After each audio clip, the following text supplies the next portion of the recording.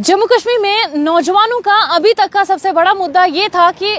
यहाँ पर बेरोजगारी बहुत ज्यादा है, लेकिन अब हम देख रहे हैं सबसे बड़ा मुद्दा जनरल कैटेगरी के जो एस्पिरेंट्स है, स्टूडेंट्स है, उनके लिए ये बन चुका है कि जो न्यू रिजर्वेशन पॉलिसी है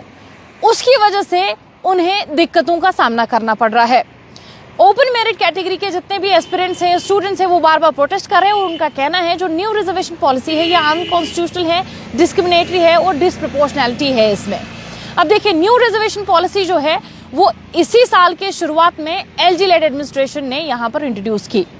उससे क्या हुआ कि जो 60% कोटा है, रिजर्वेशन है, वो रिजर्व कैटेगरी को मिला और 40% से कम रिजर्वेशन जो है वो जनरल कैटेगरी को मिला, जिसकी वजह से जनरल कैटेगरी के स्टूडेंट्स या जॉब सीकर्स जो है,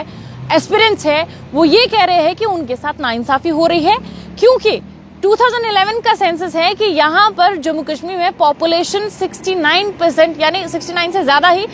अराउंड 70% पॉपुलेशन जो यहाँ पर ओपन कैटेगरी की है यानी जनरल कैटेगरी की है। तो जनरल कैटेगरी के लिए सिर्फ 40% से कम रिजर्वेशन है, तो ऐसे में मेरिटोरियस कैंडिडेट्स के लिए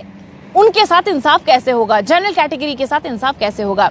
अब ये डिबेट तब ज्यादा ट्रिगर करता है जब रिक्रूटिंग बॉडीज जैसे JKPSC है या JKSSB है, वो एडवर्टीजमेंट निकालते हैं डिफरेंट पोस्ट के। हाल ही में हमने देखा लेक्चरर के पोस्ट निकले, 575 पोस्ट्स थे जिसमें से 238 ही जो है ओपन मेरिट के लिए थे,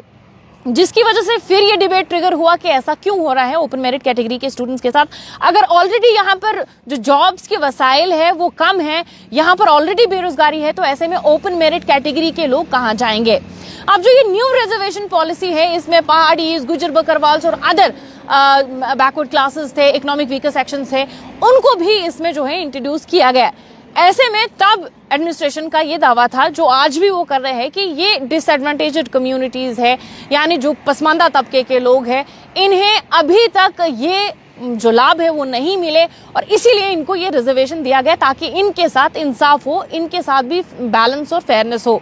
अब जो जनरल कैटेगरी वाले इसको अनफेयर कहते हैं, अनकॉन्स्टिट्यूशनल इसलिए कहते हैं क्योंकि वो कहते हैं इसमें राइट टू इक्वालिटी नहीं है। वहीं अगर सुप्रीम कोर्ट की 1992 की एक गाइडलाइन देखेंगे हम, तो उसमें सुप्रीम कोर्ट का क्या डिसीजन आया था कि 50% से ज्यादा कोई भी रिजर्व्ड या रिजर्वेशन जो है वो नहीं होनी चाहिए रिजर्व कैटेगरी के लिए। अब देखिए यहाँ पर क्या है, रिजर्वेशन जो रिजर्व कैटेगरी के लिए है वो 60% है।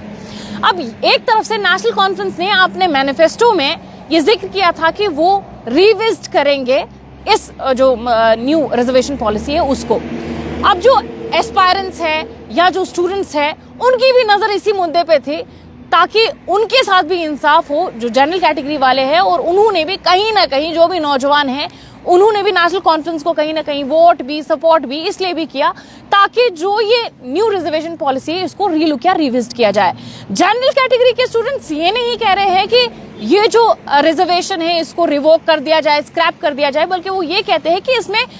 प्रोपोर्शनैलिटी हो, इसको रैशनलाइज किया जाए, पॉपुलेशन के हिसाब से इसको देखा जाए और पॉपुलेशन के हिसाब से ही इसको रैशनलाइज किया जाए। वहीं अगर हम आगा रुल्ला मेहदी की भी बात करें, उन्होंने भी पार्लियामेंट में ये मुद्दा उठाया और वहां पर उन्होंने कहा कि हम ये नहीं कहते हैं कि इसको रिवोक करें, बल्कि इसको रिविजिट किया जाए, इसको रैशनलाइज किया जाए पॉपुलेशन के हिसाब से। जो सोशियो इकोनॉमिक सर्वेज होती है, जो पॉपुलेशन रेशियो है, उस हिसाब से इस रिजर्वेशन पॉलिसी को जो है रीशेप कर दिया जाए। अब देखिए, एक तरफ से जहां नेशनल कॉन्फ्रेंस का वादा यह है कि वो इसको रिविजिट करेंगे, वो जो है देखेंगे, रीलुक करेंगे, वहीं हमने देखा एक सब कमेटी बनाई गई है 3 मेंबर की। Jammu Kashmir government administration department की तरफ से ऑर्डर आया,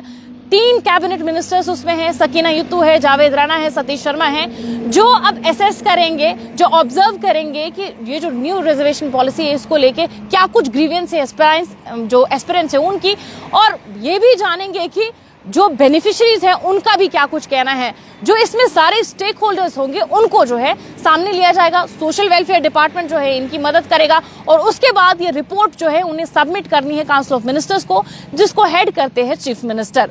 अब चीफ मिनिस्टर इसमें चेंजेस कर सकते हैं, उस पर भी हम बात करेंगे, लेकिन दूसरी तरफ से हम देख रहे हैं जम्मू कश्मीर लद्दाख हाईकोर्ट में पिटिशनर्स ने, मुख्तलिफ पिटिशनर्स आए हैं सामने और उन्होंने अपनी पिटिशंस फाइल की है, जिसमें उन्होंने न्यू रिजर्वेशन पॉलिसी को चैलेंज किया है, जिसमें वो बार बार ये भी कह रहे हैं कि सुप्रीम कोर्ट की गाइडलाइन है, कैप अगर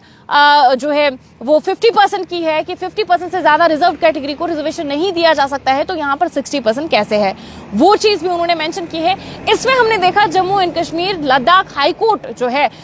उनकी तरफ से नोटिस गया है रिस्पोंडेंट्स को, जिसमें जम्मू कश्मीर गवर्नमेंट भी है, और उनसे ये जवाब मांगे गए हैं कि ये जो चैलेंजेस है, ये जो पिटिशनर्स ने पिटिशन फाइल किए हैं, इसका आप जवाब दे, जिसमें उनको जो है लीगल वैलिडिटी देनी है कि किस तरीके से उनकी ये रिजर्वेशन पॉलिसी जो है वैलिडेट होती है, जस्टिफाई करना है, जिसमें उन्हें ये भी कहना है ये बैलेंस्ड कैसे है, फेयरनेस कैसे है, इसमें क्यों इन जो नए इसमें कम्युनिटीज इंट्रोड्यूस की गई, क्यों उनके लिए रिजर्वेशन जरूरी थी, वो चीज भी, और इसमें बैलेंस कैसे किया गया है, ओपन मेरिट स्टूडेंट्स का कितना ख्याल रखा गया है, ये सब जस्टिफिकेशन जो है उन्हें इसमें देनी है। अब देखिए, हाई कोर्ट जहां एक तरफ से हाई कोर्ट भी अपना काम कर रहा है, इस पर सुनवाई होगी, रिस्पोंडेंट्स का भी सुना जाएगा, जो पिटिशनर्स हैं उनका भी सुना जाएगा, दूसरी तरफ से टीम भी तश्कील दी गई है Jammu Kashmir government administration department की तरफ से, वो भी अपना काम कर रहे हैं। ज्यादा से ज्यादा जो कमेटी है वो क्या कर सकती है, ज्यादा से ज्यादा वो देख सकती है कि कुछ चीजें, देखिए आप जब स्टेक होल्डर्स को लिया जाएगा तो हो सकता है, ये हम अंदाजा लगा रहे हैं, और ऐसा हो सकता है कि कुछ इसमें से ऐसा हो जिसमें मॉडिफिकेशंस की जरूरत है, कुछ रूल्स, जैसे मेडिकल कॉलेजेस में प्रोटेस्ट हुए, वो भी चाहते थे कि कुछ रूल्स को जो है मॉडिफाई किया जाए, इसमें वोकल रहे महबूबा मुफ्ती भी, बाकी जो लीडर्स है पॉलिटिकल लीडर्स वो भी वोकल रहे हैं। ऐसा हो सकता है कि मॉडिफिकेशंस की जरूरत पड़े, अब वो रिकमेंड कर सकते हैं मॉडिफिकेशंस के लिए। अब देखिए, चूंकि Jammu and Kashmir reorganisation act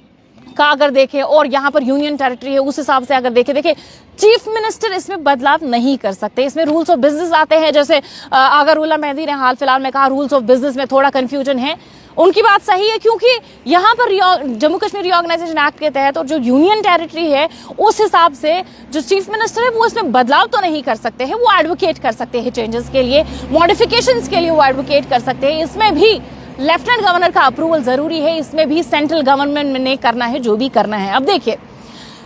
home minister Amit Shah नवशहरा में इलेक्शन कैंपेनिंग के दौरान स्पीच करते हैं, जिसमें वो कहते हैं कि हम रिजर्वेशन के साथ किसी को छूने नहीं देंगे। अब देखिए, सेंट्रल गवर्नमेंट ने यहां पर इस न्यू रिजर्वेशन पॉलिसी को इंट्रोड्यूस किया है और उसके बाद वो ये भी कहते हैं कि हम किसी को छूने नहीं देंगे। जहां एक तरफ से चीफ मिनिस्टर रिकमेंड करेंगे, एडवोकेट करेंगे कि इसमें मॉडिफिकेशंस हो, क्या आगे वो मॉडिफिकेशंस होंगी या नहीं होंगी, ये एक बहुत बड़ा सवाल रहेगा, क्योंकि अभी तक हमने देखा लेफ्टिनेंट गवर्नर की एडमिनिस्ट्रेशन और चीफ मिनिस्टर उमर अब्दुल्ला की एडमिनिस्ट्रेशन में उतनी फ्रिक्शंस नहीं रहे, और बार बार चीफ मिनिस्टर ये दोहराते रहे कि हमारे बीच में फ्रिक्शंस नहीं रहेंगे, हमारे बीच में रिलेशंस अच्छे रहेंगे। चीफ मिनिस्टर जो जम्मू कश्मीर के उमर अब्दुल्ला है, वो भी टॉप लीडरशिप जो है बीजेपी की या इंडिया की जो टॉप लीडरशिप है उनसे भी मिल के आए हैं, उनसे भी यहाँ के मुद्दों पे उन्होंने बात की है। लेकिन क्या वो ये बात मनवा सकते हैं उनसे कि जो ये न्यू रिजर्वेशन पॉलिसी है इसमें रीलुक करने की जरूरत है, इसको रीशेप करने की जरूरत है, इसमें अमेंडमेंट्स की जरूरत है, वो बहुत बड़ा सवाल है। लेकिन अब अगर हाईकोर्ट में ये चीज चली गई है तो वहां पर क्या कुछ हो सकता है। हाईकोर्ट में दोनों चीजें सुनी जाएंगी, रिस्पोंडेंट्स का भी सुना जाएगा और पिटिशनर्स का भी सुना जाएगा। अब क्या चीजें हो सकती है, जो आउटकम हो सकता है, जो हम अंदाजा लगा सकते हैं आउटकम क्या हो सकता है। देखिए, सुप्रीम कोर्ट की गाइडलाइन है 50% से ज्यादा कैप, 50% ही कैप रखा गया है, 50% से ज्यादा रिजर्व कैटेगरी को रिजर्वेशन नहीं दिया जा सकता है। अब अगर उसको भी मद्देनजर रखा जाए, किस तरीके से अब कितना क्वालिटी वाइज जस्टिफाई करेगा गवर्नमेंट कि उन्होंने ये न्यू रिजर्वेशन पॉलिसी क्यों इंट्रोड्यूस की है, कैसे इंट्रोड्यूस की है, या तो इस रिजर्वेशन पॉलिसी को अपहेल्ड किया जाएगा, यानी ये जैसी है इसको वैसा ही रखा जाएगा, जो रिपोर्ट्स होंगी, सर्वेज होंगी, एविडेंसेस होंगी जम्मू कश्मीर हाई कोर्ट के सामने, उस हिसाब से इसको अपहेल्ड भी किया जा सकता है। दूसरा, इसको स्ट्रक डाउन किया जा सकता है, यानी इसमें एक इम्बैलेंस देखा जाएगा, इसमें डिस्प्रोपोर्शनैलिटी होगी, या इसमें कहीं ना कहीं कोई ऐसी चीज होगी जो अनकॉन्स्टिट्यूशनल होगी या जो कॉन्स्टिट्यूशनल प्रोविजंस को फॉलो नहीं करती होगी, तो फिर इसको स्ट्रक डाउन किया जाएगा। उसके साथ साथ अब कुछ ऐसे रूल्स है इसमें जिनको मॉडिफाई किया जा सकता है, यानी अगर कहीं बैलेंस नहीं है, फेयरनेस नहीं है, तो वहां पर मॉडिफाई किया जा सकता है। और क्या किया जा सकता है, इंटरिम रिलीफ किया जा सकता है, यानी इस पर स्टे लग सकता है फॉर टाइम बीइंग, जब तक पूरी तरीके से जम्मू कश्मीर हाई कोर्ट ये ऑब्जर्व करते हैं, एविडेंसेस देखेंगे, पूरी तरीके से मॉनिटर करेंगे कि क्या कुछ रिजर्वेशन पॉलिसी में है, क्या कुछ होना चाहिए, क्या ये एक अनफेयर है, बैलेंस्ड है, अनकॉन्स्टिट्यूशनल है या प्रोपोर्शनेट है, रैशनलाइज है, ये चीजें। ठीक, अब जम्मू कश्मीर गवर्नमेंट अपनी जस्टिफिकेशन जो है वो देंगे, लीगल वैलिडिटी उनकी क्या है वो देंगे। अब देखिए, जम्मू कश्मीर में ओपन मेरिट स्टूडेंट, जो मेरिटोरियस स्टूडेंट्स हैं, वो बार बार ये इल्जाम लगा रहे हैं कि उनके साथ ये फेयरनेस नहीं है, ये बैलेंस नहीं है और ये इक्वालिटी नहीं है। जो जिस हिसाब से पॉपुलेशन रेशियो है उस हिसाब से जो कैटेगरी है उसको रैशनलाइज नहीं किया गया है, वो प्रोपोर्शनेट नहीं है। अब यहाँ पर देखिए, नीट की एक स्टूडेंट है, नीट यूजी एग्जाम उसने दिया, उसका स्कोर 617 था। वो ये एक्सपेक्ट कर रही थी कि यहाँ पर उसको कोई कॉलेज मिलेगा, मेडिकल कॉलेज मिलेगा ये कोर्स परस्यू करने के लिए।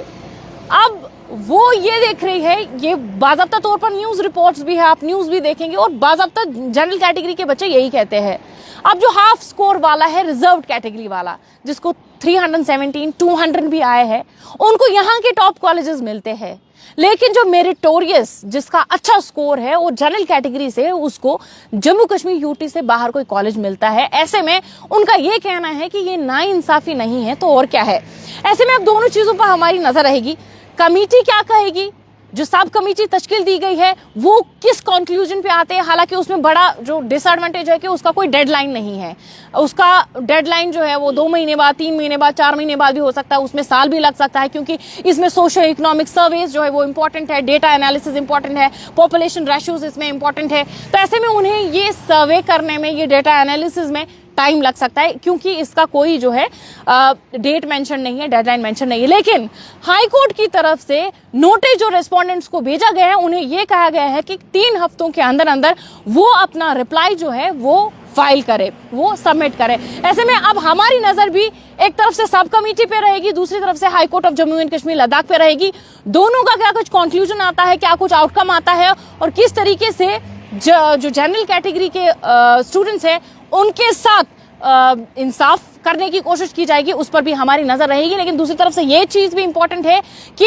नेशनल कॉन्फ्रेंस को ये भी देखना है। देखिए, ये उनके लिए बहुत बड़ा एग्जाम है कि जिनको ये कैटेगरी, जो जिनको रिजर्व कैटेगरी मिली है, जिनको ये प्रिविलेज मिला है, उनके साथ भी इंसाफ होना चाहिए, उन्हें भी नाराज नहीं करना है, उन्हें भी एक सेटिस्फेक्शन रहना चाहिए कि हमारे साथ नाइंसाफी नहीं हुई। वहीं जनरल कैटेगरी वालों को भी इस बात का अंदाजा लगना चाहिए कि उनके साथ भी इंसाफ किया गया है। एशियन न्यूज़ हब के लिए श्रीनगर से फजा ज़ैनब।